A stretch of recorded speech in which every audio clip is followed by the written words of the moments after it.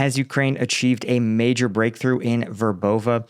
Has the Russian Black Sea Fleet been dealt a major blow? And is the U.S. awarding Ukraine a tool they've been looking for a long time? I'm Paul, U.S. Army combat veteran. It is September 23rd, 2023. This is your daily Ukraine update. Let's get into it.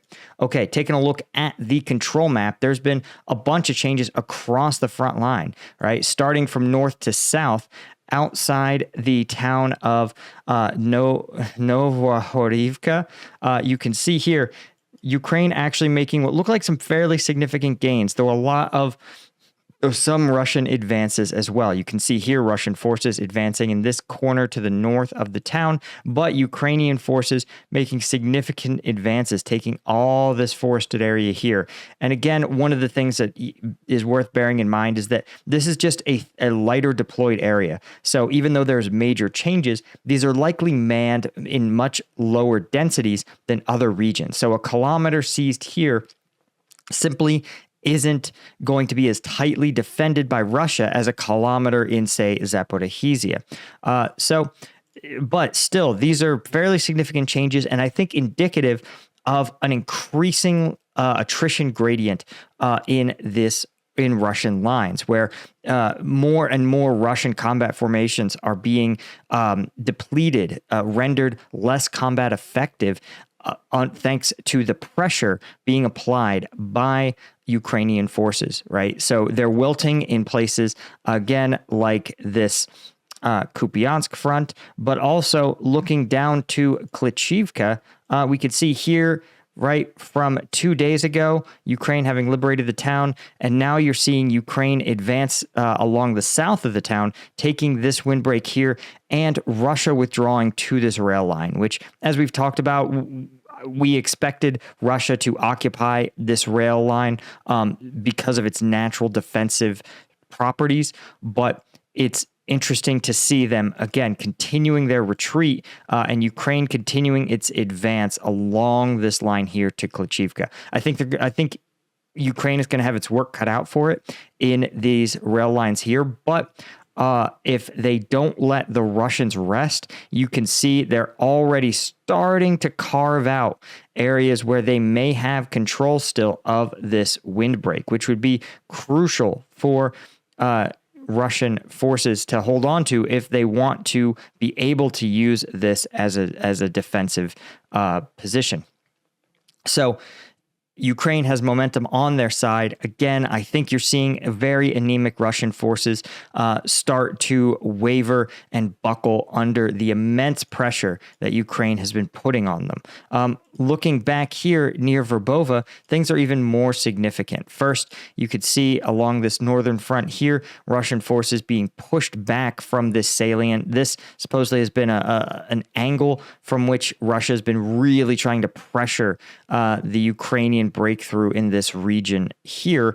And you could see them not succeeding quite as much as they may have hoped. You can also see Ukraine making some advances outside Verbove, even though this area that's listed as contested has tightened up considerably. So it seems like Ukraine, while they're making some significant advances, especially into this second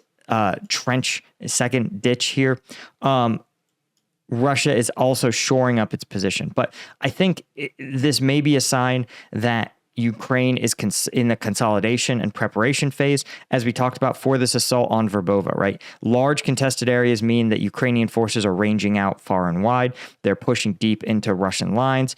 They're operating at a considerable distance. Now they're operating at a much smaller distance. They're taking the gains they can get and locking them in, which to me says they're likely bringing forward troops, artillery supplies in preparation for an assault on Verbove. Finally, you're also seeing Russian forces withdrawing just a bit, being pushed back from Novoprokopivka, implying that, of course, Ukrainian forces are continuing to fight and even maybe fighting at this point just to gain a little bit of a foothold in the town itself. So this Russian attrition gradient seems pretty significant. It doesn't look like great signs for Russia and for Russian combat power. So cautious optimism is what I would say is the key word here. And it sounds like that's how Ukraine is also contextualizing this, because 6 hours ago, Ukrainian armed forces broke through, their words, the Russian defense in Verbove, at least according to an operational or strategic level commander. And you can see here, this map has almost 50% of Verbove listed as contested, which makes sense. Remember, that original map we just looked at covers only yesterday till yesterday afternoon. So potentially there is more significant gains coming in the future. Again, is this a sign that the Russian armed forces are just not going to be able to keep up the fight against this level of attrition? Maybe. Anyway, guys, if you are interested in getting the latest national security news into your inbox once a week, I have a newsletter called the Strategic Sitrep. The premise is simple, that while a lot of news sources, media outlets, they love hype, they love to exaggerate or misreport stories that are either insignificant or they try to like spin them a certain way. This is a no spin, no hype newsletter. Once a week, we give you the actually relevant geopolitical news stories, right, that really matter, right? We talk about North Korea's visit to Russia and the potential that they have they've reached weapon transfer agreements, right? And not only do we give you a summary of the story itself, but we give you the so what. What does it mean, right? And why is it relevant to you? You can see here Ukrainian drones becoming more aggressive in Moscow and Russia. Again, Ukraine's pivot to these deep drone strikes. And of course, Canada pledging $33 million in air defense equipment to support Ukraine. So if you're interested in getting the relevant stories, not just the headline ones, go to strategicsitrep.com and subscribe. It's free. It's free, by the way. It's completely free. Doesn't cost you anything. And it's just once a week. We're not going to blow up your inbox. Okay. Now, even more relevant, Ukrainian forces conducted a drone and cruise missile strikes on occupied Crimea, but targeting the Russian Black Sea Fleet Command headquarters in Sevastopol. And what's even more relevant, according to some rumors, not only was the commander of the entire Black Sea Fleet killed in this strike, but the entire command of the Black Sea Fleet was actually gathered to conduct some sort of large meeting. And let's see if we can find a news story. It hasn't been yet confirmed, but here's at least one story that purports senior leaders of Russia's military severely wounded during targeted strike on Black Sea headquarters. Top Russian commanders were among those wounded Friday in a missile strike on the Black Sea Fleet headquarters. According to Ukrainian intelligence chief, Russian Colonel General Alexander Romanchuk and Lieutenant General Oleg Tsarkov were among those, quote, severely wounded in the strike, right?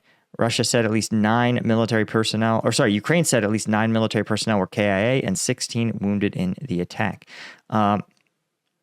So a real damaging strike, and it sounds like perfectly timed to target a large gathering of Russian military commanders. Now, you may be wondering, why would you assume that much risk by gathering all your leadership in one place when you could just suffice it to do a Zoom call? I don't know. Sometimes tradition outweighs common sense, right? It's like the ultimate punishment for returning to work. Right? You wanted to work. These guys all wanted to work from home, and their boss told them they're going to come in, and then boom, drone striked. I shouldn't laugh, but we can have a little fun here. It's fine.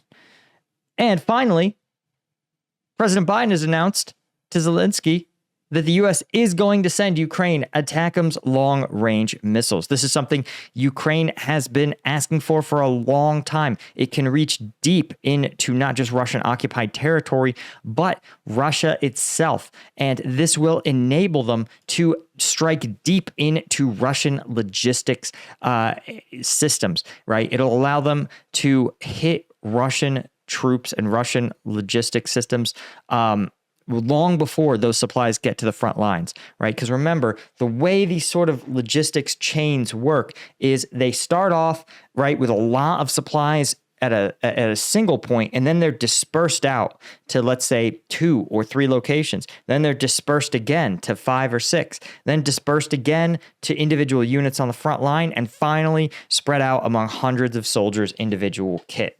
And the further back in the chain that you can target, the more devastating those strikes will be. So having something like ATACMS is going to allow them to hit larger munitions dumps, cause more disruption to Russian troops on the front lines. And even as we've seen Russian troops start to waver in the face of this offensive, being able to triple down and deliver even more devastating strikes to Russian forces is going to make a tremendous difference. Anyway, guys, that is all I had for you for today. Thank you so much for joining me. Thanks to our Colonel tier members of Combat Vet News. Thank you to our Lieutenant tier members. I really couldn't do this without you guys. And thanks to all the members of Combat Vet News. And I will see you guys in the next one. Cheers.